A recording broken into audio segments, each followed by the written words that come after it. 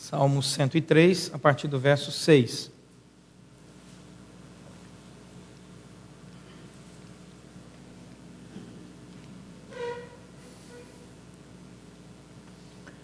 Eu vou ler dos versos 6 ao 14.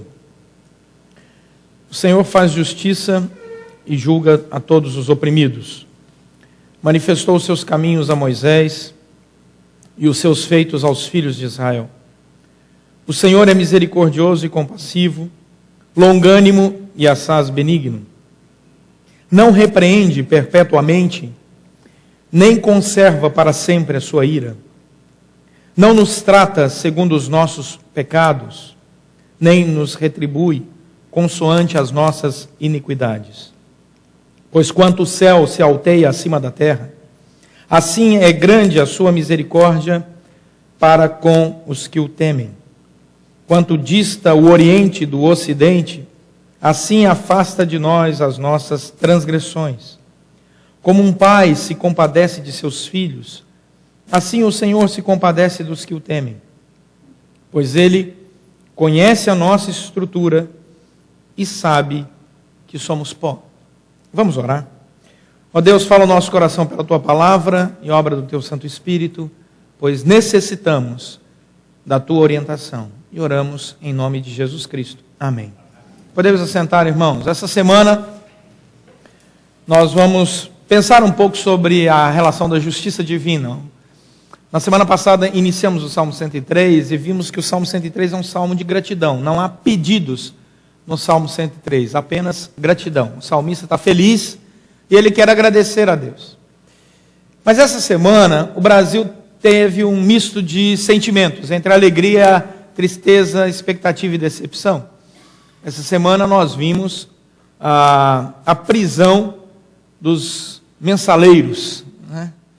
E é muito interessante você ver figuras políticas, ex-ministros, deputados, ex-presidente de bancos, empresários, sendo presos. Isso gera em nós uma sensação de justiça. Por outro lado, percebemos que, se analisarmos um pouco mais, esta justiça travestida de injustiça, ou justiça aplicada parcialmente, gera uma sensação de impunidade. Isso é um grave problema. Basta dizer que nós estamos no ano de 2013. E esse escândalo começou em 2005, 10 de maio de 2005, 8 anos depois de uma vida muito farta de bens e tranquilidade, de viagens pelo mundo todo, de muita tranquilidade financeira. Nós temos agora alguns presos. Quero lembrar que foram presos, sim, mas em regime semiaberto. Ou seja, vão dormir, um pouco desconfortavelmente, mas a boa parte deles, outros em regime fechado, mas depois vão poder usufruir. Fica imaginando, 6 horas da manhã, acaba o regime semiaberto, todo dia de manhã, a Mercedes está na porta com seu motorista, vão para sua mansão, descansar, comer das benesses daquilo que conseguiram com árduo trabalho, porque só uma operação fraudulenta foi de 75 milhões de reais. Uma das contas movimentadas por Marcos Valério, segundo a imprensa, teve o volume de 2 bilhões de reais. Só uma das contas. Mas eles foram multados. A justiça multou. José Disseu vai ter que pagar 1 milhão de reais. José Genuíno, 765 mil. Delúbio Soares, 575 mil. Romã Queiroz e o deputado Jacinto Lamas, com o nome desse, né? O deputado Jacinto Lamas, não foi dito aqui o preço da sua multa, mas Jacinto Lamas por aí. Por que esse tema é tão importante para nós? Porque existe um senso de justiça sendo deteriorado. Por mais que a justiça tenha trabalhado, e o problema não é da justiça, mas das leis que compõem esse país, que deixam tantas brechas, tantos recursos e tantos outros recursos, isso gera em nós uma sensação muito ruim de que a justiça não existe. Como eu disse, justiça aplicada parcialmente é impunidade. E aí nós olhamos para o nosso dia a dia. E quer queira, quer não, você faz justiça todos os dias na sua vida, com as pessoas com quem você se relaciona. Você pode ser uma pessoa tremendamente justa ou tremendamente injusta nos seus relacionamentos. Depende do padrão de justiça que você segue. Daí a importância do fato. Porque se o padrão de justiça da nossa sociedade, das pessoas com que convivemos, está diretamente ligado à justiça que vemos na televisão, nós temos um sério problema no país. Daí o cristão é chamado não para olhar e ter como padrão de justiça o que vemos na televisão, seja no Brasil, nos Estados Unidos ou em qualquer parte do mundo. Mas nós somos chamados para termos um outro padrão de justiça. É nesse que nós temos que pautar a justiça que nós realizamos todos os dias, as decisões que fazemos na nossa vida. Então, quando nós temos que tomar decisões no nosso dia a dia, o nosso padrão de justiça não é o da justiça brasileira, muito menos da justiça americana, e não se engane que Al Gore perdeu a eleição, é bom lembrar, por uma séria questão de justiça nos Estados Unidos e tantos outros problemas de justiças e injustiças em qualquer lugar do mundo, na Inglaterra, na Alemanha e assim por diante. Nós não temos esses padrões e não podemos olhar esses padrões para a nossa vida. O cristão olha mais alto, mira mais alto e tem um padrão maior de justiça. O nosso padrão de justiça que determina a nossa atividade diária e os nossos relacionamentos de certo e errado estão pautados em Deus. Quem é o nosso padrão de justiça? Deus. Eu sou e procuro ser uma pessoa correta, não porque a justiça brasileira pode me pegar, não porque a justiça internacional pode vir atrás de cada um de nós, mas nós procuramos ser pessoas corretas e honestas nos nossos relacionamentos, em tudo que fazemos, porque nós temos um senso de justiça na relação direta com Deus. Ele é o juiz da nossa vida. Daí, quando a justiça é de Deus, olha para o texto bíblico. O salmista diz: a justiça de Deus nos dá uma certeza. Olha o versículo 6. Qual é a certeza? O Senhor faz justiça. E o Senhor julga. Não a alguns, mas diz o versículo 6, a todos os oprimidos. A primeira coisa que eu encho o meu coração de alegria, quando Deus é a minha justiça e Ele é o meu padrão, é que a justiça de Deus nos dá uma certeza. Qual é a certeza? É a segurança de que quando o Senhor entra numa causa, ela não recebe embargo infringente. O Senhor não aceita recurso sobre recurso sobre recurso. Com o Senhor é direto. Ele chega e resolve. Vamos resolver a parada. É assim. Pá.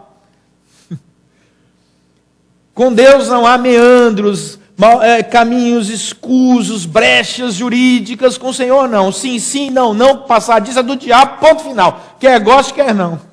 Ele é um Deus que faz a justiça. E Ele julga a todos. Não passa ninguém escapa.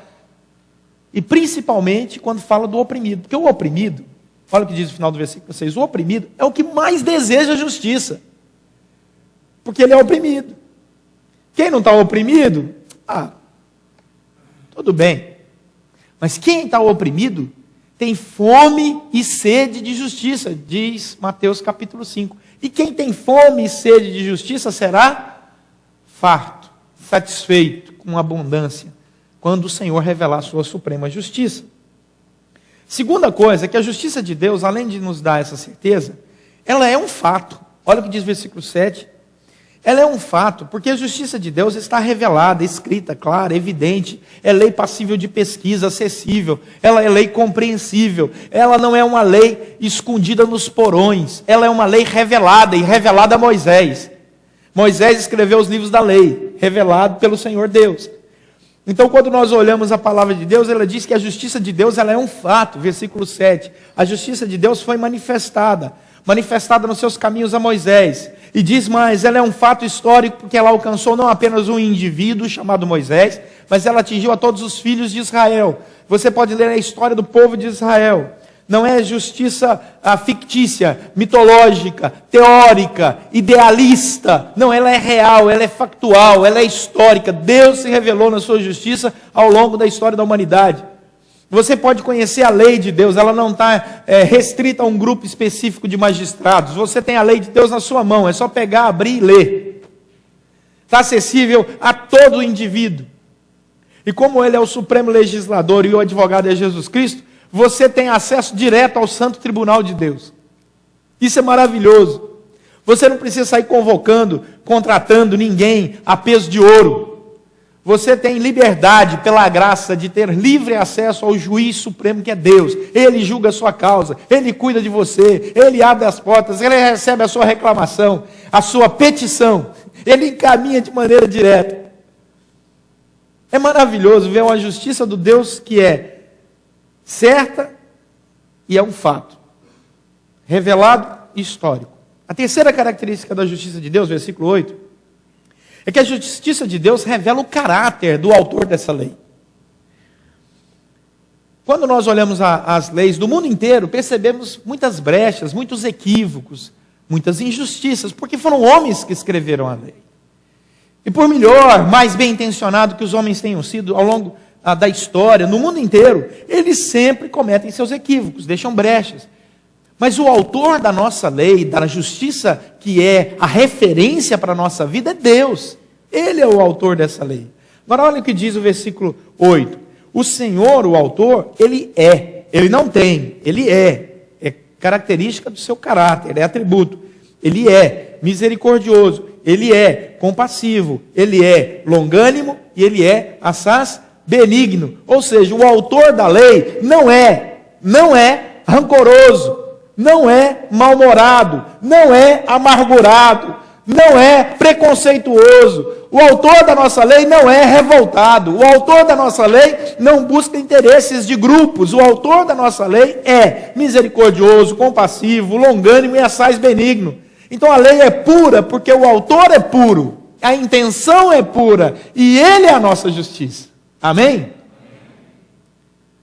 A quarta característica da justiça de Deus, nesse texto, versículo 9 e 10, é que a justiça de Deus tem um modo de agir, um modus operandi, diria a teologia, dentro da Ordo Salute, do esquema de Deus para a salvação. Versículo 9 vai dizer que o modo com que Deus age, olha o que diz o versículo 9, Ele não repreende perpetuamente, esse é o jeito de Deus agir com a sua justiça, e nem conserva para sempre a sua ira.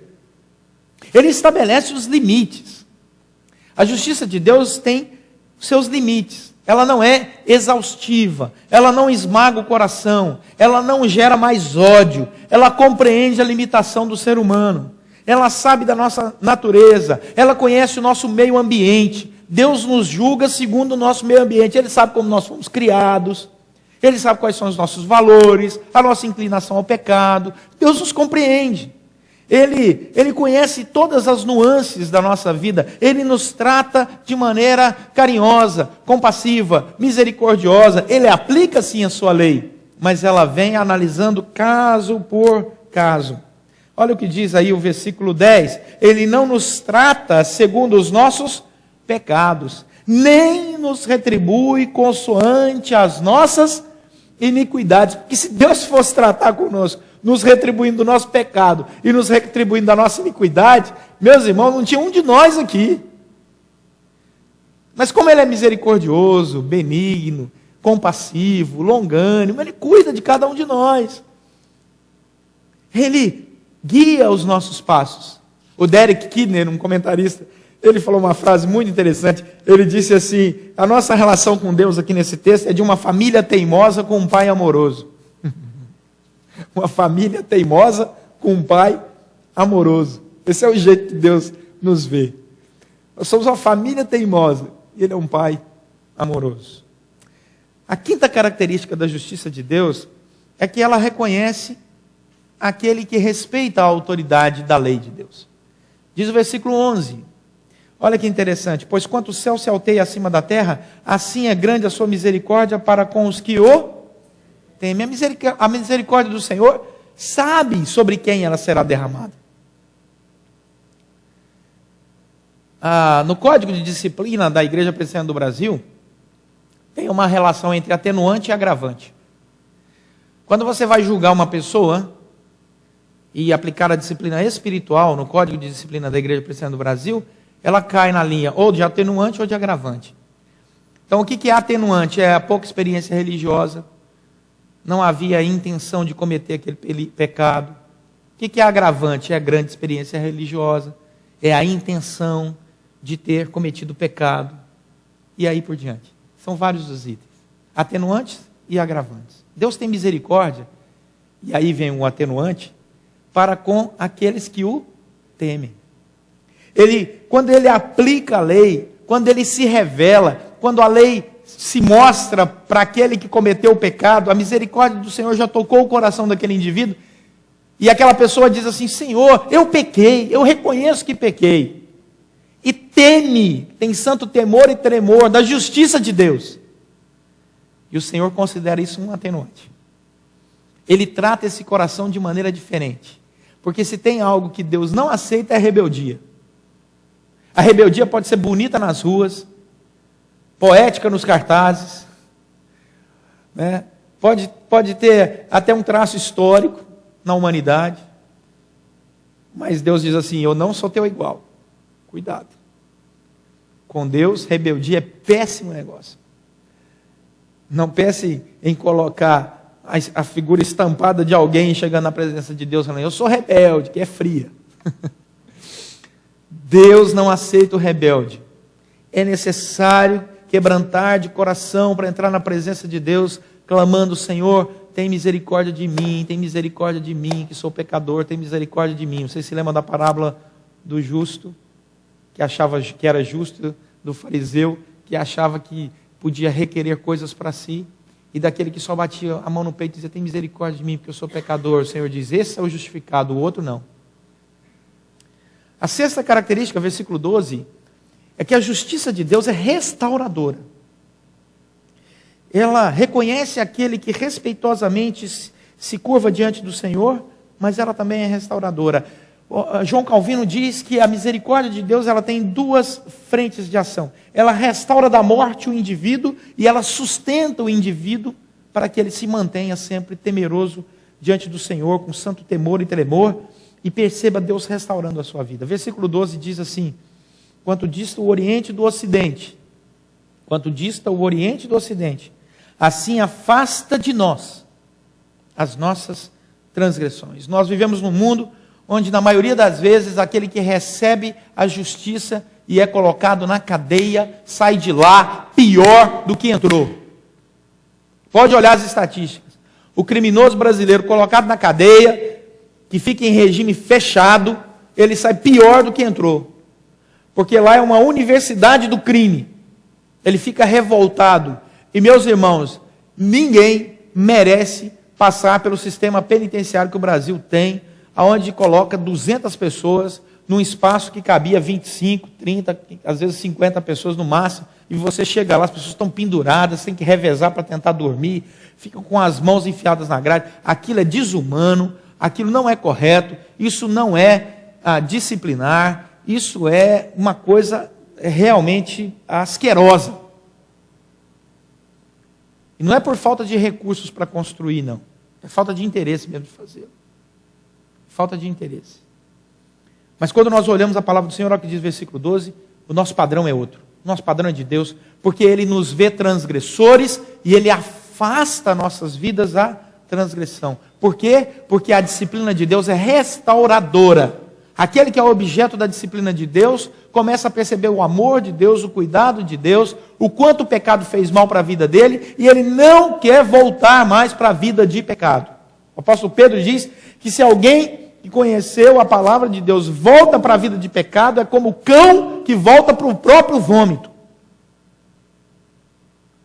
Mas esse não é o caso de quem olha para a justiça de Deus como referência, percebe que o Senhor tem retirado ele da vida de transgressão, de impunidade, de pecado, porque o Senhor vai o conduzindo cada vez para mais longe da origem do pecado, que é a intimidade com o mundo, com a carne e com o diabo. Sétima característica da justiça de Deus, versículo 13 e 14. A justiça de Deus é cheia de amor. e compreensão. Diz o versículo 13: como um pai se compadece de seus filhos, assim o Senhor se compadece de seus filhos.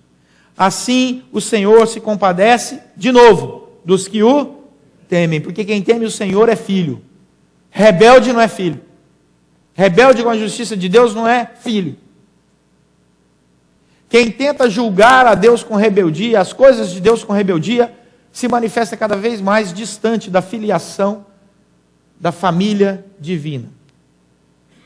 Como um pai, ele diz o versículo 13, padece com dos seus filhos.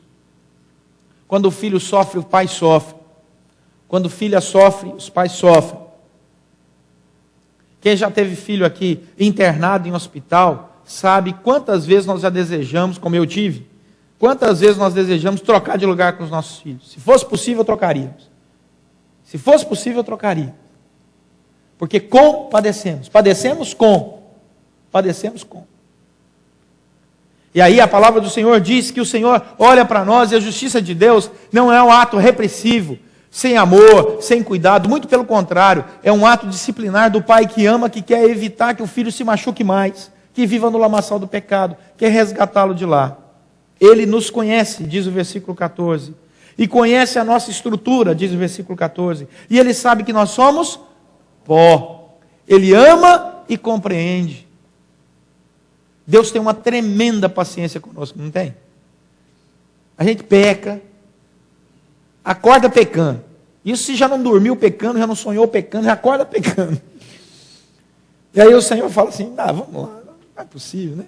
Aí você anda o dia inteiro lá e peca, aí chega a noite, ora, mesma oração do dia anterior. O Senhor perdoou os meus pecados, mesma coisa. O Senhor, tudo bem, dorme, te perdoo. Dorme. Aí no outro dia você acorda, já acorda pecando. Acorda, tropeça lá na beira da cama, já solta um salmo de louvor. Não é? A unha vai para um lado, o dedo vai para o outro. E você já solta aqueles salmos de louvor, né? Aleluia, Jesus. Obrigado porque eu bati o dedo aqui e o Senhor me mostrou que eu tenho unha. Aleluia. Me mostrou até o que tem debaixo da unha. Não é? Você começa a pecar. E o Senhor renova o perdão, compaixão, cuidado, todos os dias. Depois você faz uma conta, são 365 dias por ano, vezes a sua idade, quantos anos você tem, e vê quantas vezes Deus teve paciência com você. Você vai ficar impressionado. Dependendo do cálculo aqui, vai ter que pegar uma calculadora emprestada. Não vou falar nada. Daí, meus irmãos, esse cuidado, essa compaixão, esse amor de Deus, mostra que essa justiça não é algo duro. Não é uma lei seca, mas é relacional. Por isso, Deus é a nossa referência de justiça. Ele é a nossa referência que nos dá uma certeza. Ele é uma referência de justiça que é um fato histórico e revelado. Ele tem caráter para julgar. Ele age de maneira correta. Ele reconhece aqueles que o temem. Ele aplica uma justiça restauradora nos nossos corações. E Ele aplica a sua justiça cheia de amor e compreensão. Esse é o nosso padrão de justiça.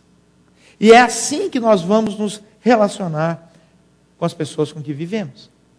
A pergunta que não quer calar, tá bom, pastor, mas o que é que eu levo para casa? Cuidado, porque a justiça dessa terra vai te decepcionar. Não fique muito empolgado com algumas prisões por aí, não. Porque ela vai te decepcionar. Seja aqui ou em qualquer outro lugar. Quer um ato mais injusto historicamente do que Adolf Hitler morrer sem pagar seus pecados para a sociedade? Quer um ato mais injusto que esse? Morreu rápida e sorrateiramente. Mas quando nós olhamos para a justiça de Deus, percebemos que esta terra não é referência para nós. E eu devo levar para casa que eu não vou me deixar abalar por nenhum dos padrões de justiça ou injustiça aplicados no mundo. Eu não vou deixar que a referência de justiça desse mundo ocupe meu coração e estabeleça o padrão para os meus relacionamentos. Não. Eu vou olhar para a justiça de Deus, para o Deus que é o autor e consumador da minha fé, para o supremo legislador, e vou dizer: Senhor, eu vou viver corretamente nessa terra, debaixo da tua justiça. E eu vou descansar, porque eu sei que um dia todos os homens maus dessa terra podem passar impunemente, mas um dia eles estarão na tua presença, e um dia eles vão prestar conta dos seus atos, e eu estarei ali, debaixo da tua graça e misericórdia, não melhor do que eles, mas atingido por tua graça e misericórdia, cheio do temor do Senhor, vendo a justiça do Senhor sendo aplicada. Sabe por quê, Senhor? Porque eu regozijo, eu ajoelho, louvo, clamo e estou com o coração cheio de graça, porque um dia, quando eu era merecedor de todo o peso do pecado, o Senhor mandou Jesus Cristo para morrer no meu lugar, para pagar o preço da minha dívida, para que eu não levasse mais a penalidade do meu pecado, mas que Ele conduzisse na cruz do Calvário todo o pecado que tenazmente me assediava. E eu te louvo, Senhor, porque ao olhar para a cruz de Cristo Jesus, eu vejo que ali o meu pecado foi pago. E eu estou redimido no sangue de Jesus Cristo. E quando Cristo Jesus ressuscitou ao terceiro dia, Ele garantiu a vitória sobre a morte para todo aquele que nele crê, que entrega o seu coração e que diz: Senhor, eu não aceito o padrão de homem, eu entrego a minha vida para seguir o teu padrão. Eu não aceito o senhorio desse mundo, mas o meu senhorio está em Cristo Jesus. Tu és o autor e consumador da minha fé, tu és o Senhor da minha vida, o Senhor é o meu rei, o Senhor é o meu legislador, o Senhor é a minha justiça e a minha paz. Eu entrego e quero conduzir minha vida debaixo da tua palavra, dos teus ensinamentos. Por isso, a aplicabilidade da cruz de Cristo Jesus se faz real e presente em cada passo que dou, porque não é fé retórica, é fé vivencial. Eu vivo o que confesso, que Cristo morreu pelos meus pecados na cruz, e por isso Ele é meu advogado junto ao Pai. Amém? Essa é a nossa justiça, essa é a nossa segurança, essa é a nossa esperança. Não se deixe abalar. Não aceite um padrão menor. Viva como um filho do rei, uma filha do rei, para que o mundo conheça e reconheça que existe um povo santo, sacerdócio real, nação santa, povo de propriedade exclusiva de Deus. Povo de propriedade exclusiva de Deus. E quando alguém te perguntar qual é o seu padrão de justiça, aponte para a cruz. Que o Brasil tem retirado dos tribunais. Que vários países do mundo vão lá, vamos tirar crucifixos e cruzes dos tribunais. Vamos tirar a referência. Vamos tirar a referência. Porque essa referência é impossível de ser seguida. Vamos tirar. É impossível sim, para aquele que não deposita sua fé em Cristo Jesus. Mas para aquele que deposita sua fé em Cristo Jesus, ai, como é bom. Como é bom colocar a cabeça no travesseiro e dizer: Senhor, minha referência é a tua palavra. Tem misericórdia de mim, pecador, em nome de Jesus Cristo. Vamos orar?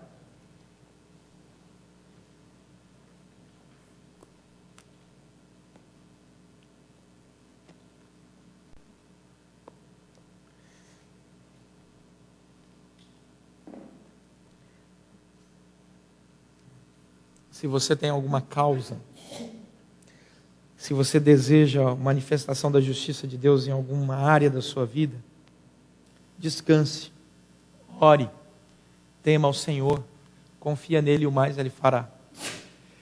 Deus julga a intenção do nosso coração, Ele conhece, Ele sabe. Ainda que o mundo inteiro não te entenda, Deus entenderá.